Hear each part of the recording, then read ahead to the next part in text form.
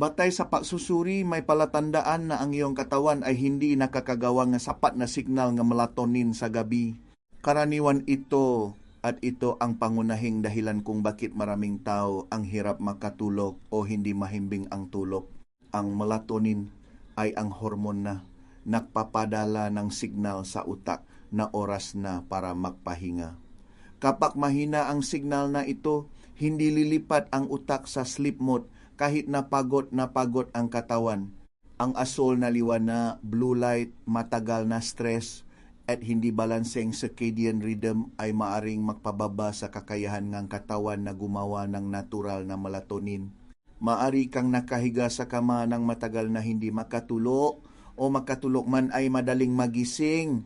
Hindi ito dahil mahina ang iyong loob, kundi dahil hindi sapat ang ipinapadalang biological signal ng iyong katawan. Sa maraming kaso, inirekomenda ng mga doktor ang pagsuporta ng melatonin sa angkop na dosis upang makatulong na maibalik ang natural na signal ng pagtulog. Ang layunin ay hindi pilitin kang matulo, kundi tulungan ang utak na makatanggap ng tamang signal. Kung nais mong tingnan ang angkop na suportang solusyon para sa kakulangan ng sleep signal, maari mong tingnan ang mga detalye sa ibaba.